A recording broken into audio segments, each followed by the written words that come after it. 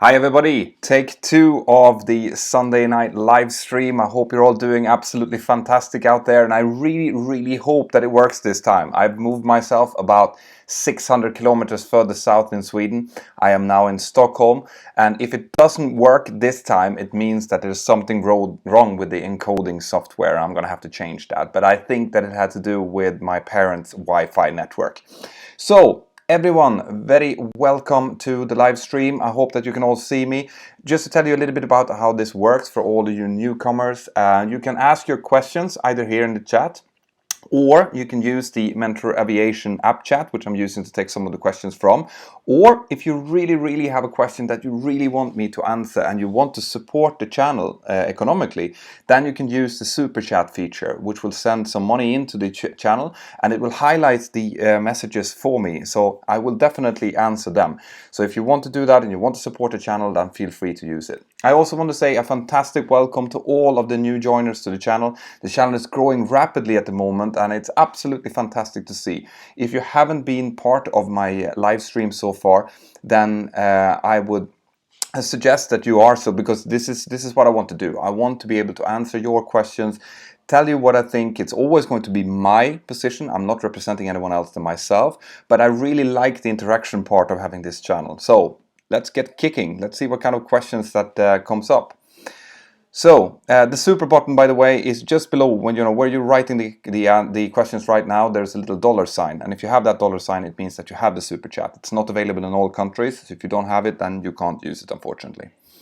So what would you recommend to study in college to become a pilot? That's the first question of tonight. Right, this is a question I get fairly often.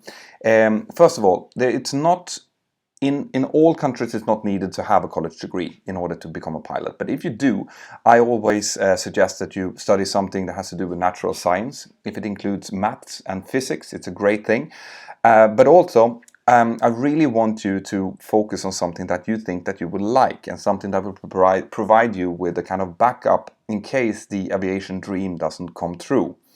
And that is because you are more likely to be good or to be more successful in a college degree that includes something that you are interested in than doing something that you don't really like just to increase your chances to become a pilot later on.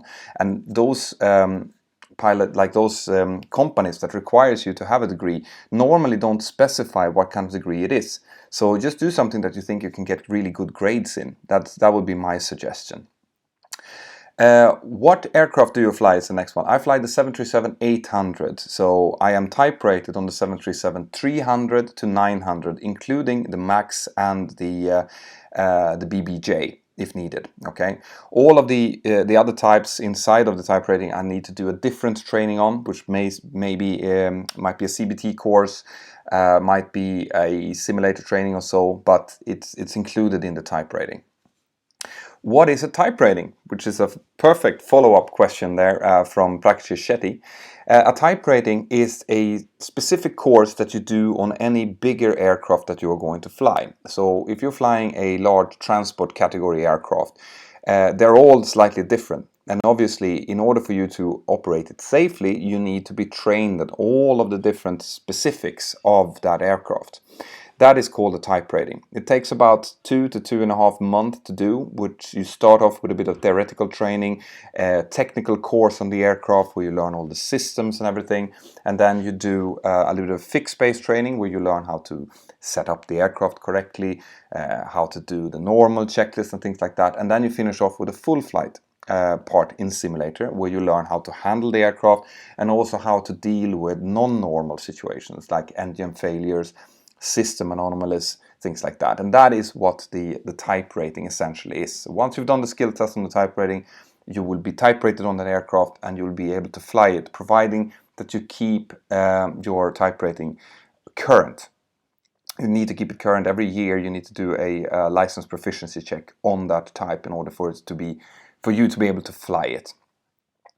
How do you deal with jet lag? Well, in my case, jet lag is not really an issue because I'm always flying in the same time zone. I fly short to medium haul, so I always get back at night. And that also means that jet lag doesn't really affect me that much. I'm working early 1 week, and then I have 3 days off, and then I'm working late. So there's a little bit of change in time, but not that much. My friends who are flying long haul, they all have different kind of approaches on how to deal with jet lag.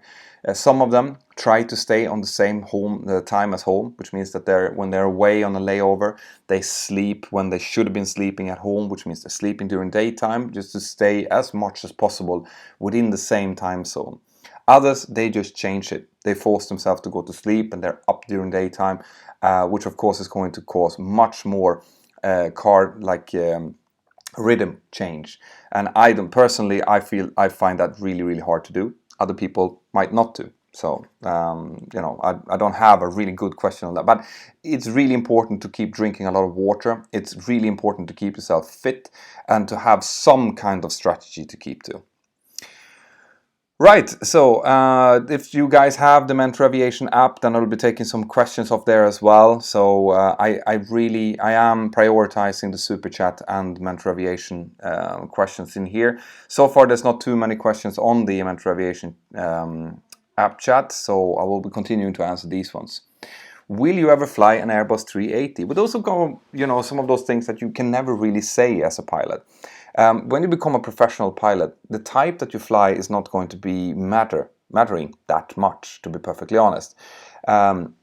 You are more likely to care about what company you will be working for than what type you're actually flying.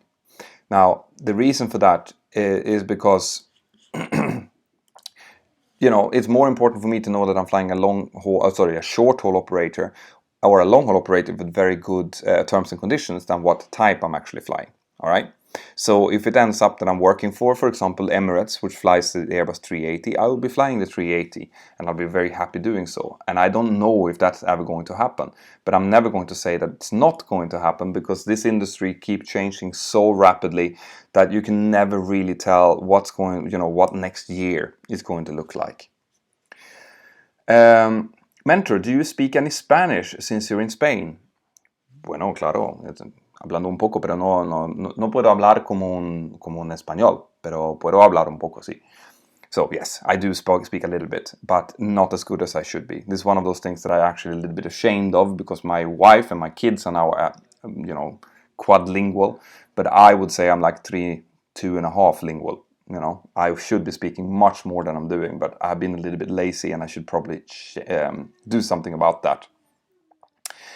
How to choose the best airline from Joshua? Really good question. First of all, in the beginning of your career, it's not so much going to be about you choosing the best airline. It's going to be you finding an airline who is willing to take you on. All right, that's how it works. Because in the beginning, when you have very little experience, you are going to be happy to fly for any airline, providing that it's safe. Okay, so once you've started to gain a little bit of experience, and by a little bit of experience, I mean maybe up around 2,500 hours on that specific type, well, then you can start looking around, and then you can start trying to find an airline that actually suits your needs rather than the other way around. So in the beginning, it's all going to be about you finding your first job. Then as you gain experience and you have done more stuff, maybe you become an instructor or a captain or so on, well, then you can start looking at it, and what's going to be a really good airline for you might not be a good airline for someone else. It's depending on where they have their bases, what kind of roster they have, how much they're paying, and things like that. So that is going to decide it. So I can't tell you how you are going to choose an airline. I can just tell you that if you focus on things like good life quality for you and your family, reasonably good pay, maybe not the highest paying airline, but something that is giving you a good quality of life, well, then you've found a good airline. I hope that makes sense to you. Are you looking forward to flying the MAX? Yeah, of course. If you're a professional pilot, you always enjoy new technical advances within the field. So I would love to get my hands on a MAX and feel how it's handling. They have much better screens that I'm looking forward to. The cockpit is supposed to be slightly more ergonomic, which I'm also looking forward to. So yeah, of course, I am looking forward to flying the MAX, and I hope I get to do so. Hello, Mentor. I do have to do a wombat test together with the medical before starting the PL. Do I have to do the wombat test? I don't know exactly what the wombat test is, but if it is like suitability testing, pilot aptitude testing, I would definitely recommend it. And this is something I say whenever I have the chance, guys. If you are about to get into starting your training, especially if you're self-sponsoring it, I recommend everybody to do a proper pilot aptitude test before you join the industry. Now, and I also advise you to listen carefully to what the airline psychologist tells you when you have done that test. Now, the reason for that is that if you go into the training industry, they are likely to want your money. Okay, the schools are really looking for students that want to come in and pay the 100,000 euros it costs to become a pilot. They might not be they will be interested in you getting a job, but that's not going to be the primary concern. But it's definitely your primary concern, okay? So if you don't have the personality traits that you need to have in order to get a job, you need to be told that rather before you start your training than after. Okay, so if the school doesn't provide you with an aptitude test, that a serious school should always provide you with an aptitude test, then you need to do it. And if the airline psychologist tells you that, listen, you should probably work on this, or maybe you're not cut out for this because your stress capability is not that high, then I recommend you to listen to them before you start spending hundreds of thousands of euros on training. Because otherwise, when you've spent all that money and you end up at an airline interview and they tell you that they're not going to hire you because you lack those personality traits, it's going to hurt much more. So do it. That's what I always tell people to do. Guys, I'm getting loads and loads of questions here. I can't answer all of them. So please, if you have a really important question and you want to support the channel, use the super chat, all right? What school did you graduate from? I graduated from a school called the Aviation College of Sweden, ACS. Now, I don't think that exists anymore, actually, unfortunately, but the flight school that I was using is called SAA, Scandinavian Aviation Academy. I've made an app called SAA VR, so if you want to check out how that school looks and how their simulators looks and stuff, then you can get the SAA VR. It's completely free. It's quite cool. You'll get to be able to look around when we're out cloud surfing in a Diamond 42 and things like that. How do you deal with those in the cockpit with bad teamwork skills and bad personality? Well, in my case, I've gotten so far that I am a type rating instructor, type rating examiner, and a line training captain, which means that if I come across someone, normally that's going to be a first officer, who are misbehaving, who are not, using the proper CRM skills in the way that we are training them to, well, then I will be telling them that and I will be instructing them. So in my case, when you've gotten up to sitting in the left-hand seat and being the one who's actually in control, it's more about being aware of your own faults. Like, I have to evaluate myself to make sure that I'm not being an asshole, that I'm not being bad to my first officers. Because it's unlikely, if I come across someone who's misbehaving towards me, I am definitely going to tell them. And it's unlikely that they will do so because they know that I'm in a position where I am going to decide on them being suitable for command at some point. So for you, I guess that's your question really. If you are a first officer and you fly with me and I'm being an asshole, then it becomes interesting, all right? This is where CRM becomes really hard because you are going to be working with someone who is your superior who is not acting correctly. I always urge you to do a couple of things. First of all, you have to always remain professional. Okay, that's really important. You have to remain professional, which means that you do what the company pays you to do, which is keeping to your standard operating procedures, keep telling him or her that they're not doing what they should, pointing out if there's any major mistakes that has safety implications. You're not pointing out every single thing that they're not doing, because if you do so, it's going to be impossible to keep the CRM going.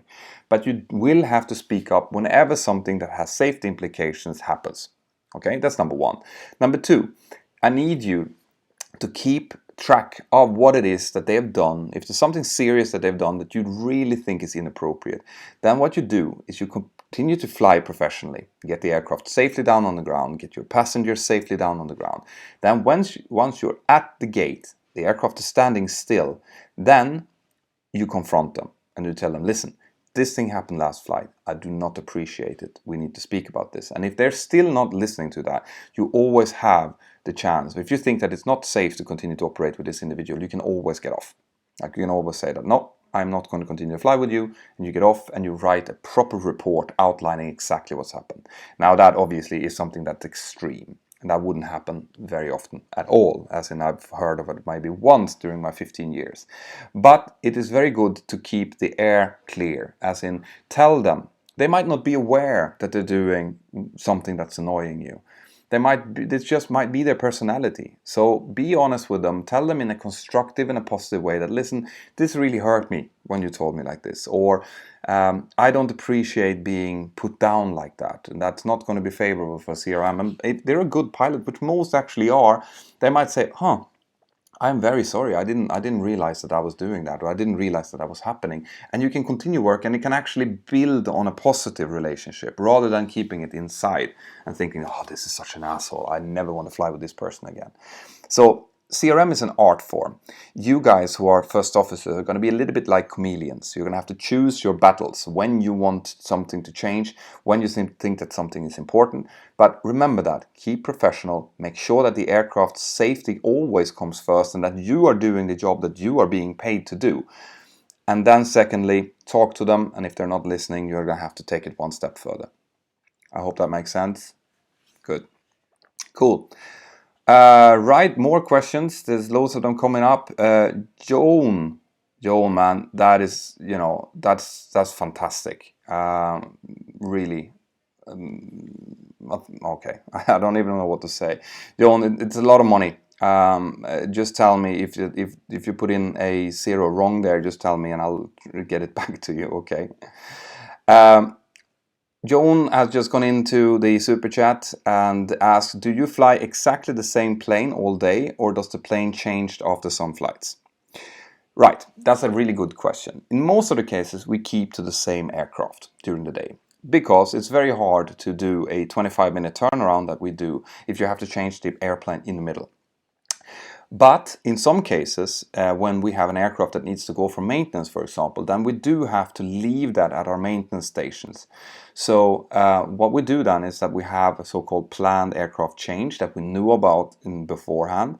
The aircraft are normally lined up so that you taxi into a stand next to the stand of the new aircraft. We brief the crew so that can close down the bars. And then once we have taxied in, we are going to get all the passengers off. We're going to secure the aircraft down, shut it down completely. Then normally I, as the captain, stay behind to make sure that everything is closed down and secured. Send over the first officer to the new aircraft to start setting up for the new flight, just like if it was the first flight of the day. Checking all the paperwork of the aircraft, doing the full setup from the beginning, all of that. Then when I have secured down my old aircraft, I will go to the new aircraft and do the walk around, and then get in, and then we'll do the full the full checklist and everything that comes with that. Okay, so this is how an aircraft change looks like. It takes normally about 35 minutes to do. So that's what we calculate on, and we do it sometimes. It happens maybe once a month or so that we have to do a scheduled aircraft change. I hope that answers your question, Joan. Otherwise, you'll have to send me a message and I can elaborate on that. Canadian Derp, as an airline pilot, do you get a special card which you can charge hotels, etc.? Yeah, some airlines has that. Some airlines gives their captains a company card which you can use to pay for taxis and hotels and stuff like that. It's getting less and less normal, it's getting less and less normal to do that. Okay, most of the case, the airline just pays for everything, and they have pre-booked the hotels and they have pre-booked dinners and stuff like that. So I don't personally have a company card. Okay, we used to have that back in the day. Now we don't.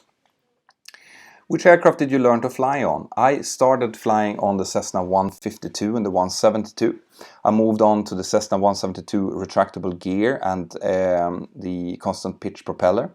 And then I flew the 182 RG. I flew the Cessna 340 for my multi-engine training. I did my MCC on the Fokker 28 and then my type rating on the 737. And I've also flown the Piper 28. Please respond, it's my birthday. So Hypervenom77, congratulations, happy birthday. I hope you're having a fantastic birthday, Hypervenom77.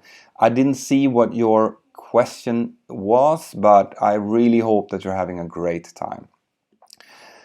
Edward Cameron went into the super chat here. Tell us about your most stressful experience. Right, I think that I probably had my most stressful experience as a first officer when I was flying with some captain that I didn't work with. This is why I knew how to answer that question, because I've been a first officer, and it's really important for me to remember how it was to be a first officer in order to be a good captain. Okay, really important. Stressful experience. I did have a very stressful experience when I did a training flight just last winter, actually, where we had a very sick passenger on board. We started diverting, and then we had to actually continue to our destinations for a variety of reasons, where it was a bit foggy. And during the quite low visibility approach, we actually hit a bird as well. So we had a bird strike during the medical emergency. So that did end up being a very stressful experience. But otherwise, there's nothing special that comes to mind. Questions from the Mentour Aviation chat here. What do you think about desktop flight simming? Do you think it's worth it?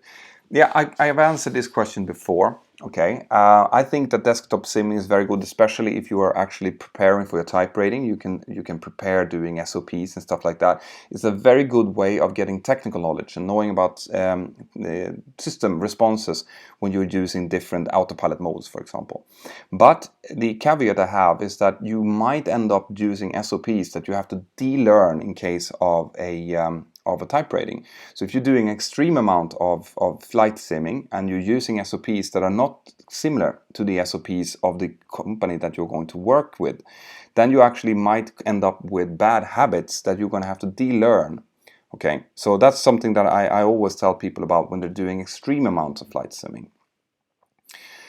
Right, guys, basically I won't have time to do a very long. I only have time to do a couple of more minutes today because I'm at my sister's house and we're actually not having dinner yet, so we're going to have something to eat. So I'm only going to take a few more questions. So if you have a really important question, then send it in via super chat now, okay? What airline do you fly for? It's a question that I never answer, and the reason for that is because my airline has told me so. Okay, I'm not a representative of my airline. I don't speak on behalf of my airline in any way, which is why I don't show the logo of my airline. I don't speak about my airline. It's not a secret. You can find it out. It's very easy to find out who I'm working for. But I'm never going to tell you or talk about them unless they specifically ask me to. Okay. Right, there's some questions coming up now on the super chat. Would you recommend learning on a tricycle gear Cessna or a tail dragger? I heard the latter makes you a better pilot. Oh, good question. I would say that in the beginning it doesn't really matter. All right, the most common is the normal tricycle gear, like the Cessnas. All right, so that's probably going to be the one that is going to be easy for you to transition on to commercial flights, because it's not going to be a tail dragger unless you're going to fly a I don't know, DC-3 or something. But I would recommend you to still, if you have the chance and you're going to fly a lot on your spare time, to get the tail dragger, because as you say, there are some special things with it. I think if you look at Flight Shops, it's an excellent channel, okay, Flight Shops. If you don't know it already, check it out. He is a pilot who's doing all of these types of flying, and he's showing how he's learning to fly, for example, tail dragger aircraft and things like that, and will give you an insight into the differences. So have a look at his channel. It's really, really good. Okay, I haven't flown tail dragger myself, so I can't really speak about it. Prantec, thank you very much for contributing. If you had a question with your pledge, then I don't see the question, okay? So just go into Facebook and send me a private message on my Facebook page and I can answer your question there. Thank you very much for contributing to the channel. Guys, that's about half an hour of streaming. I will take one more question here from the Mentour Aviation chat before I go. Is the timing right now good to start your training, or would you wait some years? No. Okay. I've said this in the live stream that I did earlier today, but I think it disappeared. I have, during my 15 years in this business, never seen the business as good as it is right now. Okay, that might change. There's a possibility that that might change, if there is a huge terrorist attempt, or something happens to the oil price, or something, a war happens, for example. something like that, then that might change. But right now, the industry is doing extremely well. There are a lot of companies that's employing pilots in, for example, Europe. We have Ryanair is employing almost 1,000 pilots per year. EasyJet just announced they're going to be employing 450 pilots next year. And that's together with all of the flag carriers that are taking in pilots as well. Asian companies are hiring a lot. I think that the regionals in the US are starting to hire a lot. So right now, it's a fantastic time to get in. Now, having said that, like I said, you never know what tomorrow is going to bring. But right now, it looks very, very good. Edward Cameron, thank you very much for contributing to the channel. Good evening to you. I hope you've enjoyed the live stream so far. Guys, those are all of the questions that I had today. I see here some questions about Ryanair as well. Now, I wouldn't say I don't want to speak about specific companies. Like I said before, this is not what this channel is about. But what I would say is that if you go out to forums like Peeperoon, for example, the difference between Peeperoon and my channel is that I am open and trying to be positive and constructive all the time. This goes for all companies, okay? So if you hear only bad things about specific companies, you should be a little bit on your guard, because it's likely to not all of it be true. In the case of Ryanair, I can guarantee you that it's not, okay? There are good things and there are bad things with all companies out there. And if you go into Peeperoon, for example, and you search for any airline, you will basically find that all airlines are shit, which is not true, obviously. You will have good things and bad things with all employers out there. And that's something that I want to finish this live stream off with. Be very critical about what you read on forums like Peeperoon, for example. Anyone who says that something is black and white is probably not being completely truthful. Good stuff, guys. Once again, thank you for an amazing live stream. It's so good to be interacting with all of you guys. As always, there will be new content coming out on the channel on Thursdays. There will be live stream on Sunday, and sometimes I also have some like in the middle of the week things coming out. For example, the Mentor Cadets. What do you think, guys? The Mentor Cadets have been a little bit on the downside of that now. I'm going to send out a few more Mentor Cadets episodes. They're not going to be Thursday videos. They're going to be like in the midweek videos or Saturday videos. So you can expect videos from me on Thursdays, live streams on Sundays, and then I might be spicing out a little bit of extra videos on the channel. So that's what you can expect from the channel. If you're new to the channel, huge welcome to you. I hope you're going to enjoy the channel. For now, I'm going to go and have dinner with my family. I'll see you, if not latest next Sunday. I'm also active on YouTube, and I'm definitely, on Facebook, and I'm definitely active on the Mentour Aviation app. So if you don't have it already, it's completely free. Get in there, enjoy the company of other pilots that are there, being happy, positive, and constructive. Have a great evening, guys, and I'll see you next time. Bye-bye.